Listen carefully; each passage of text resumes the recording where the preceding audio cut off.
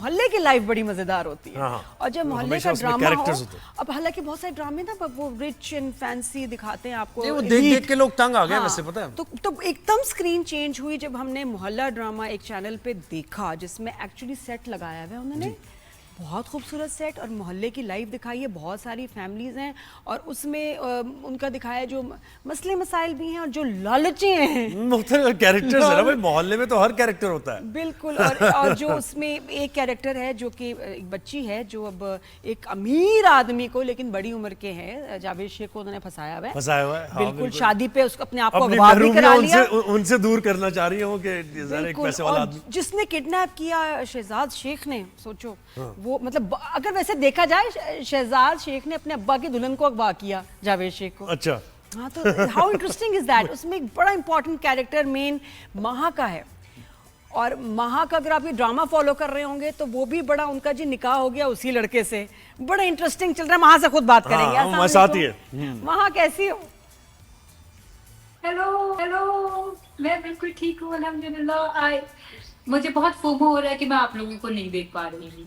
अरे भाई कोई बात नहीं, तुमने मुझे आवाज तो जा रही है टेलीफिल्म पे हमने इतना टाइम स्पेंड किया तुमने, और मैंने सोचो वही बस वही हूँ मैं, कितना बातें कर रहे थे। तो महा का क्या कैरेक्टर है भाई इसमें, इस मोहल्ला ड्रामा में क्या कैरेक्टर है आपका महा? ये भी मैं बताऊं, मैंने पूरा बताए ना, थोड़ा सा उसके बारे में बताए ना आपने, क्योंकि वहाँ माँ को हम बोलते हुए देखना चाह रहे हैं, वैसे ही बता दो। चलो मुझे तो सब पता है, ज़ुहैब को बता दो जरा कैरेक्टर मोहल्ले में किस टाइप की, तुम किस टाइप की लड़की हो उसमें? मैं बताती हूँ। मेरा जो कैरेक्टर है नूर, ये वो लड़की है जो मेरे ख्याल से आमतौर पे हमें हर जगह दिखाई देती है, जिसको शादी करने का बहुत शौक होता है, और उसके सारे ख्वाब जो है वो मुंसलिक होते हैं शादी से।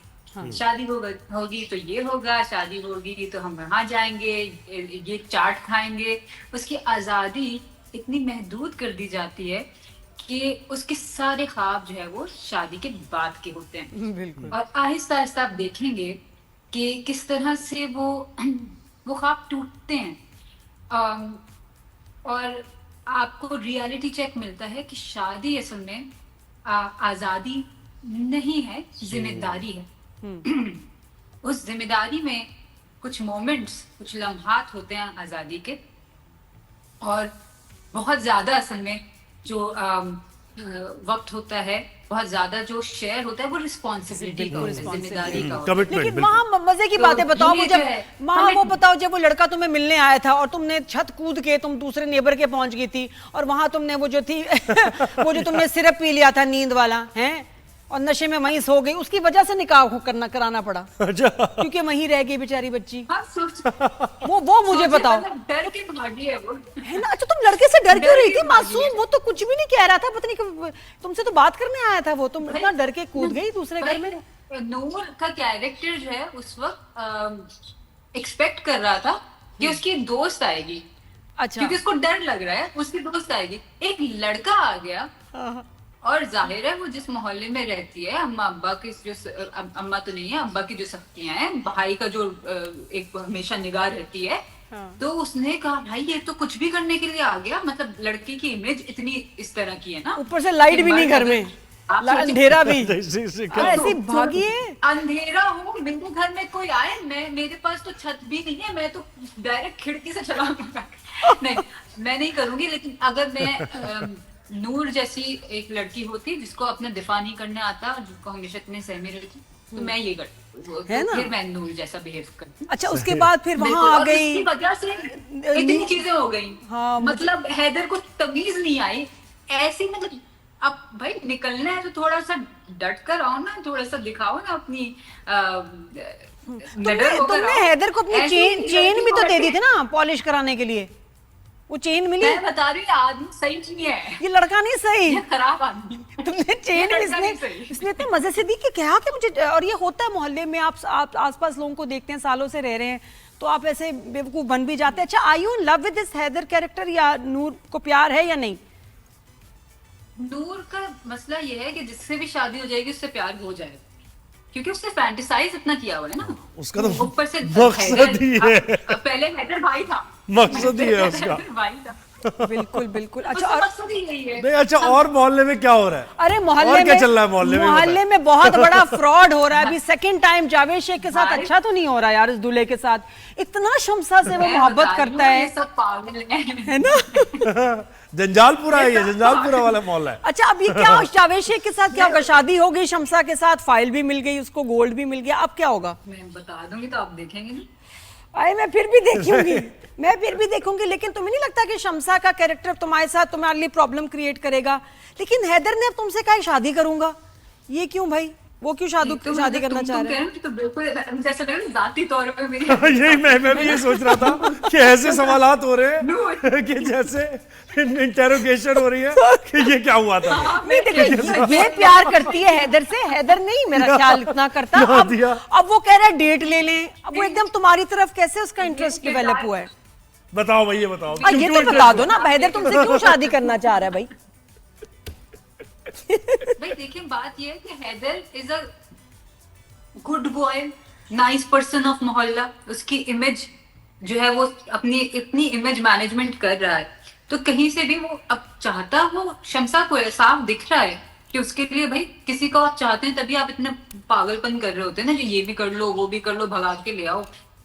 अब जब चाह रहा है लेकिन उसको ओन नहीं करना चाह रहा है। नहीं, वो हैदर का और मैं बताता साथ हूँ ही क्या में मसला है। हैदर तीनों चारों को हाथ में रखना चाह रहा है। नहीं नहीं, Haider is a good boy, इतना बुरा नहीं है, हैं? अब मेरे मुंह से कुछ निकलेगा इतना गुड बॉय कि भाई आप लड़कियों को फंसा रहे हो, 3-4 को साथ हैदर कैसे यही चाह रखोगे? रहा है, मैं बता रहा हूँ ना। हाँ तो अच्छा वहाँ हैदर से बच के हाँ। रहा। कैसा एक्सपीरियंस था तुम्हारा हैदर से बच के। इस ड्रामे का? बताओ, इतने सारे कितने कास्ट मेंबर्स हैं और वो पूरा सेट लगा हुआ, कैसे शूटिंग एक्सपीरियंस था? बहुत एक्टर्स हैं इसमें। मेरा it was lovely, I had the best time. मुझे बहुत अच्छा लगा क्योंकि मुझे मेरा ये होता है कि ठीक है हमारी इंडस्ट्री इतनी ज्यादा भी अभी तक मुस्तहकम नहीं हुई है, बहुत सारे फ्लॉज होते हैं, बहुत सारी जो है कमियां होती हैं, लिमिटेशंस होती हैं, वो सारे होते हैं। लेकिन जब आपके पास लोग अच्छे हो जाए ना तो ऑटोमेटिकली आपका पूरा एक्सपीरियंस एटलीस्ट मेरे लिए चेंज हो जाता है। तो हर कोई मतलब हिना आपा से लेके जी क्यू और उसके बाद फिर सरहा, उसके बाद फिर जरनाब, तनवीर साहब, सब लोग इतने अच्छे थे। The makeup artist Faraz, everyone, मतलब मैं सबका, मेरा दिल चाहता है मैं एक एक टीम मेंबर का नाम लूं क्योंकि सही। सबने सब तुम्हारा की वजह से फेवरेट मेरा कैरेक्टर experience कौन सा इतना है? अच्छा हुआ। किसको देख के बड़ा एंजॉय कर रही हो? किसका कैरेक्टर पसंद है? यार मैं अगर सच बताऊं, अगर मैं एज एन एक्टर देखूं तो मैं शमसा के कैरेक्टर को बहुत पसंद करती हूँ। मतलब मैं क्या औरत है वो, क्या है वो। वैसे वहाँ मतलब मैं बस मैं एक बात बताऊँ, ये जो तन्हाइयाँ में ये शनाज शेख और मरीना खान वाला जो दौर था, उनमें से कोई ना कोई कैरेक्टर आपको जरूर करना चाहिए। जहां तक मैंने आपको अभी तक देखा है और रीड किया, जबरदस्त कैरेक्टर माँ है। मुझे ने पता आप बड़े आगे सीरियस देखें। सीरियस मैं कैरेक्टर बहुत- किए हैं इसने बहुत। अच्छा। मुझे तो कॉमेडी में अच्छी लग रही है। हाँ बोलो माँ, तुम बोलो बेटा। नहीं, मुझे तो मुझे स्क्रिप्ट मिले तो मैं करूँ, हाँ। जो स्क्रिप्ट मिलेगी सर उसमें से मैं बेस्ट चूज नहीं, करके स्पॉन्टेनियस है ना आप, इसलिए मैं कह रहा हूँ वो कैरेक्टर डिमांड करता है। अच्छा और माँ वो जो I would दूसरे love to. है ना, I would जो love to. दूसरे कैरेक्टर होते हैं, जैसे तुमने दानिश तैमूर के साथ ड्रामे में किया कि जी भाभी की बहन जो इस पे डोरे डाल रही है कि नहीं शादी उससे नहीं करो मुझसे हो जाए, ये स्टीरियोटाइप कैरेक्टर्स, ये करके क्या फीलिंग आती है और ये क्यों करना चाहिए या नहीं करने चाहिए? इसके पीछे क्या थी? इसकी बहुत सारी वजूहात हैं। है ना, it was a bit मैं unlike you. जाती तौर पे बिल्कुल है ना, जाती हमारे तौर level पे का मैं नहीं। नहीं करना चाहती। बिल्कुल। जी? हाँ हाँ सही। पता, मैंने कहा तुम्हारे, मुझे लगा नहीं तुम्हारे सही। टाइप का। बिल्कुल। देखिए जाती तौर पे मैं नहीं करना चाहती। क्यों? क्योंकि मैं चैलेंज नहीं फील करती और फिर ओवरऑल अगर मैं पिक्चर में देखूं तो मुझे लगता है कि मैं एज एन एक्टर भी खुश नहीं हूँ और मैं दे क्या रही हूँ आवाम को, अपनी ऑडियंस को, वो ऑडियंस जो हमें बनाती है, ठीक है, तो मैं उनको क्या दे रही हूँ। तो इसलिए मेरी पूरी कोशिश होगी कि मैं अब वो नहीं करूँ। हाँ, लेकिन अगर मेरे पास जैसे उस वक्त हुआ था कि मेरा वैल्यू सिस्टम थोड़ा ऊपर नीचे हो रहा था क्योंकि रिवॉर्ड सिस्टम अलग था। जब आप ये देखते हो कि यार अच्छा ये यहाँ पे ये 36 बुरे काम, और उसको मैं अब कैटेगोरिकली बुरे काम कहूंगी, 36 बुरे काम करके शायद फिर आपको पॉपुलैरिटी मिलती है, तो नंबर्स मिलते हैं, तो ये होता है वो होता है, फिर आपको कोई एक अच्छा कैरेक्टर मिलता है, अच्छे प्ले में मिलता है, तो फिर आप कहते हो कि चलो 36 करके देख लेते हैं ना, फिर जगह बनाते हैं। अब मेरा ये मानना है कि 36 में जितना आप नुकसान कर रहे होते हैं ना, कम से कम मैं वो नुकसान नहीं उठाना चाहती अपनी जात पे और अपने क्रिएटिव प्रोसेस पे और अपनी आवाम के, बिल्कुल। अपनी ऑडियंस और के। माँ अब इतने मैं कितने साल हो गए, तुमने बिल्कुल सही कहा, कितने साल हो गए अब इंडस्ट्री में माशाल्लाह? मेरे ख्याल से 5-6 साल हो गए हैं। तो क्या लगता है कि बच्चियों के लिए क्या मुश्किलात हैं शोबिज में, हमारी इंडस्ट्री में, फायदे क्या हैं और चैलेंजेस क्या हैं? देखिए बहुत सारे मैं तो बिल्कुल ब्लाइंडर्स लगा के काम कर रही थी, तो मुझे तो पता ही नहीं होता था कि क्या हो रहा है क्या नहीं हो रहा है। ठीक है, मैं बस कहती थी अच्छा मेरे पास जो आ रहा है मैं उसमें देखूं। अब थोड़ी थोड़ी मैं बेदार होने लगी हूँ, आंखें खुलने लगी हैं।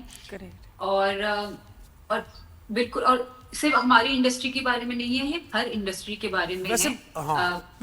ये पितृशाही के बारे में नहीं, वो तो खैर patriarchy वो और बात है, लेकिन वहाँ मैंने अक्सर ये देखा सोशल मीडिया, मुझे ज्यादा इन्फॉर्मेशन नहीं है इस चीज की, अक्सर मैंने देखा जो नई जो अपकमिंग आर्टिस्ट होती हैं या स्ट्रगलिंग आर्टिस्ट होती हैं, बड़ा ज्यादा इंडस्ट्री के बारे में बुरी बातें करती हैं।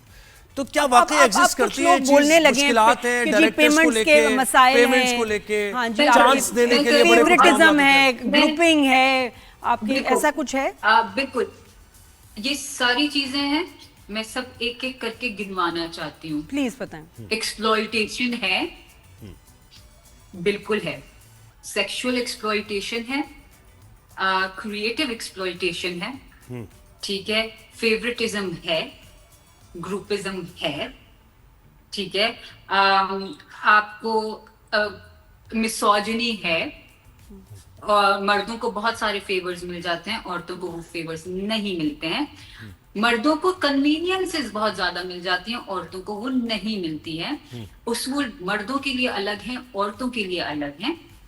उसके बाद फिर ये बहुत सारे, और मैं अब कैटेगोरिकली कहूंगी कि people in the position of power, producers in the position of power, वो एक्सप्लॉइट करते हैं, मर्दों को भी करते हैं, औरतों को भी करते हैं, अलग अलग तरह से करते हैं, और कभी कभार एक तरह से करते हैं। बड़ा ये तो आपने बिटर रियलिटी बड़ी खुल के बता दी, बड़ी खुल के आपने। बिल्कुल मैं खुल के बता रही हूँ, I have nothing to lose. ठीक है, अगर मेरे ये बात कहने से कोई मुद्दात हो सकता है और किसी को डर के मारे वो चीजों से रुक सकता है, तो उसको रुकना चाहिए। कॉस्ट पे क्या है, बार्टर क्या है, मुझे काम नहीं मिलेगा। और इससे देखिए टैलेंट भी सफर करता है ना, देखें इससे टैलेंट भी आगे नहीं आता नहीं, तो क्योंकि जब आप डिमांड्स पूरी नहीं कर सकते तो आपको कैसे। लेकिन मुझे ये समझ नहीं आता वहाँ जब ऐसा है तो बच्चियां क्यों नहीं स्टैंड लेती हैं, उन लोगों को आइडेंटिफाई करती कि जी मेरे साथ इसने ऐसे किया, ताकि तब सही डरें। हम एक ना वेगली लोगों के बारे में बोल देती हैं, नाम लेके या उन पे उनकी शिकायत करके, कम से कम कुछ एक्शन की वजह से चेंज तो आएगा। नदीर, मैं बिल्कुल इस पे बात करती हूँ, क्योंकि एक तो गलत बात यह है कि ये जिम्मेदारी भी बच्चियों पर है। मतलब वो बच्चियां जिनको घरों से निकलने की इजाजत नहीं मिलती है, घरों में इतना तासुब है, घरों में इतनी जो है वो उनको इस्तेसाल है, इतनी एक्सप्लॉइटेशन है, वो घरों से बाहर निकलती हैं। कभी कभार वो अपने घर वालों को पालने के लिए निकलती हैं, उसके बाद वो आती हैं काम करने। और ना सिर्फ इस इंडस्ट्री की बात नहीं कर रही हूँ, हर इंडस्ट्री में ये है।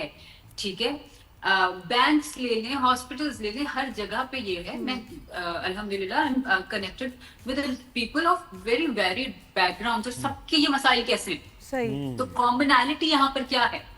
ठीक है, अब आप जाते हो और आपको बिल्कुल कोरे हो, ठीक है, आपके पास वो एक्सपोजर नहीं है, ठीक है, ये प्रिविलेज है। अगर मैं इस तरह से बात करूं, ये प्रिविलेज है जो मेरे अम्मा अब्बा ने मुझे दी है, लेकिन हर किसी के पास ये प्रिविलेज नहीं होता।